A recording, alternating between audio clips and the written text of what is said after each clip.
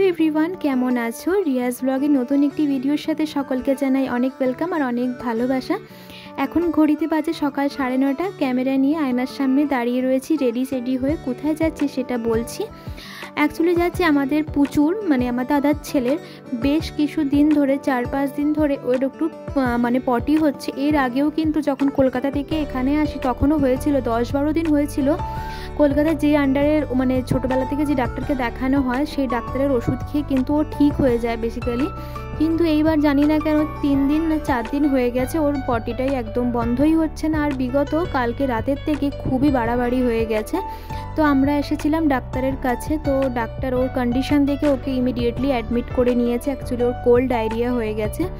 তো আমি তোমাদের কাছে প্রথমে একটু ক্ষমা চেয়ে নিচ্ছি, কেন কি এই ভিডিও ক্লিপটা এখান থেকে ওখান থেকে একদম মনের অবস্থা আমাদের কারোরই ভালো ছিল না যে ওই সময় একটু ভিডিও করব। যখনই একটু আমি ফাঁকা হচ্ছি বা যখনই একটু ফ্রি হচ্ছি তখনই আমি ভিডিও কিছু ক্লিপ আমি তুলে রেখেছি। যেমন এটা পুচুকে ভর্তি করে নেওয়ার পরেই কিন্তু আমি আবার বাড়ি গেছিলাম। বাড়ি গিয়ে সমস্ত আমাদের জামা কাপড়, বালিশ, কাঁথা সমস্ত কিছু আমি আবার এনে বাবা মাকে সাথে নিয়ে এসেছিলাম।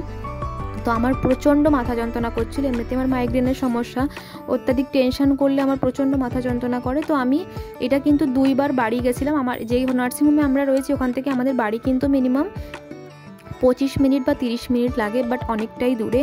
তারপরে আমার প্রচণ্ড মাথা যন্ত্রণা করছিল। আমি আবার ওখান থেকে নিচেই চায়ের দোকান, তো আমার এটা কিন্তু রাতের বেলার দিকে।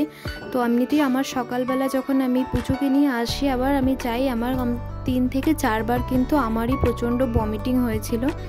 এটা কিন্তু সন্ধ্যাবেলায়। আর রাতের বেলায় অল্প কটা আমাদের ভাত ছিল, আমি অল্পই ভাত নিয়ে এসেছিলাম, বুঝে উঠতে পারিনি টেনশানে। তো তখন দাদাই একটা এখানে উত্তরপ্রদেশের একে চাট না কি বলে, দেখো এতটুক জায়গার মধ্যে কোনো রকমভাবে জাস্ট একটু মাজাটা কোনো রকম একটু দেয়ালের সাথে ঠেকিয়ে রেখেছিলাম। আর মুখ চোখের অবস্থা দেখে মনে হচ্ছে আমরাই রোগী। তো আমরা এই 2টো ব্ল্যাঙ্কেট এনেছিলাম আর একটা ব্ল্যাঙ্কেট একটা ভাইয়া দিয়ে গেছিলো। এটা কিন্তু পরের দিন সকালবেলায় দাদা নিচে গেল, চা আনলো, আর দাদার একটা বন্ধু এসেছিলো, ভীষণ ভালো।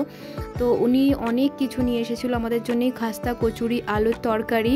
আর এখানে না উত্তরপ্রদেশের সকালবেলার দিকে রায়বেরিলির দিকে দই আর জিলেপি কিনতে সবাই খায় এখানে বেশিরভাগে। দই, জিলেপি, তারপরে কেক, কুকিজ বগেরা অনেক কিছু নিয়ে এসেছিলো। কিন্তু আমাদের মনের অবস্থা একদম ভালো ছিল না বলে আমরা খেতে পারছিলাম না। কিন্তু তাও খেতে হবে, না খেলে আমরা যদি অসুস্থ হয়ে পড়ি তাহলে কি করে হবে। আবার কিন্তু এটা পরের দিন দুপুরবেলার দিকে বাবা মা এসেছিলো। তো তাই ওই যে দই জিলেপি দিয়ে গেছিলো, আমরা তো সকালবেলার দিকে খাইনি।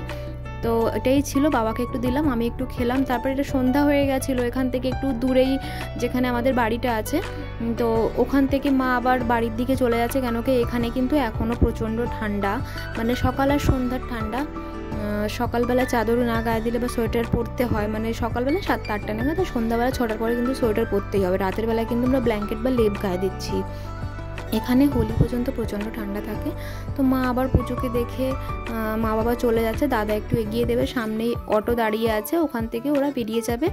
আর সত্যি ভীষণই কষ্ট হচ্ছিল আমাদের, কেন কি একটা বাচ্চার কষ্ট হওয়ার থেকে বড়দের বেশি কষ্ট, কেন কি ওর এমনভাবে ডায়রিয়াটা হয়ে গেছিলো যে ওর 4টে করে প্রত্যেক দিন ইঞ্জেকশন লাগতো।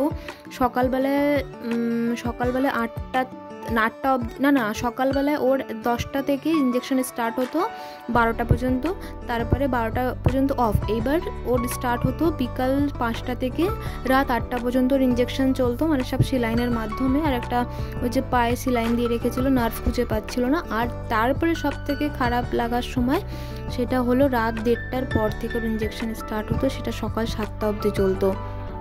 ও এতটা কাঁদতো যে ওর কান্না দেখে আমরা কাঁদতাম, যে আমি তো বলতাম যে নার্সগুলো আসুন, দিদি দেখুন না অন্য কোনোভাবে ইঞ্জেকশনটা খুবই যন্ত্রণা হয়।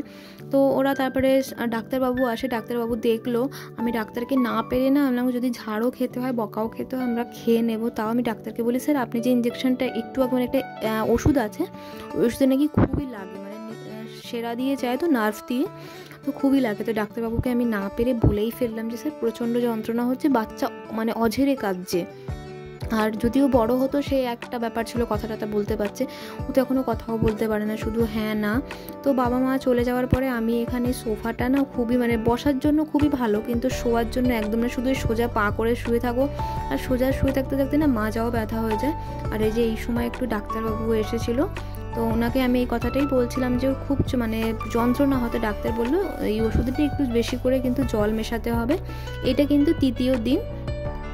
তারপরে সকালবেলা আবারও চা আর দাদা একটা স্যান্ডউইচ নিয়ে এসেছিলো। এখানের খাবার টাবার না মানে মানে আমাদের কলকাতার মতো সত্যি খেয়ে এখানে শান্তি নেই, এখানে কোনো খাবারই টেস্ট লাগে না, ওই যে পেট ভরতে হয় তাই ভরা হয়। আমি আবার গেছিলাম দুপুরবেলার দিকে ওই 12টা-1টা নাগাদ একটু জল আনতে, আমাদের কাছে জল একদমই শেষ হয়ে গেছিলো। আর এই নার্সিংহোমটা না একদম অফ সাইডে, পুরোটাই মানে অফ সাইডে, মানে ফাঁকা জায়গায়।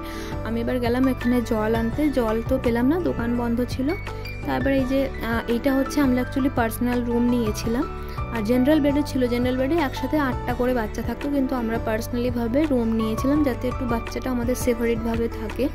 আর ওই যে ওর পায়ে কিন্তু দেওয়া হয়েছে, একটা পায়ে দেওয়া হয়েছিল, তো ওই পায়ে না রক্ত ব্লাড উঠে যাচ্ছিলো বারবার, তার জন্য ডাক্তারে আবার আর একটা পা দিয়ে মানে পায়ে এটা ইঞ্জেকশনটা এটা করেছে।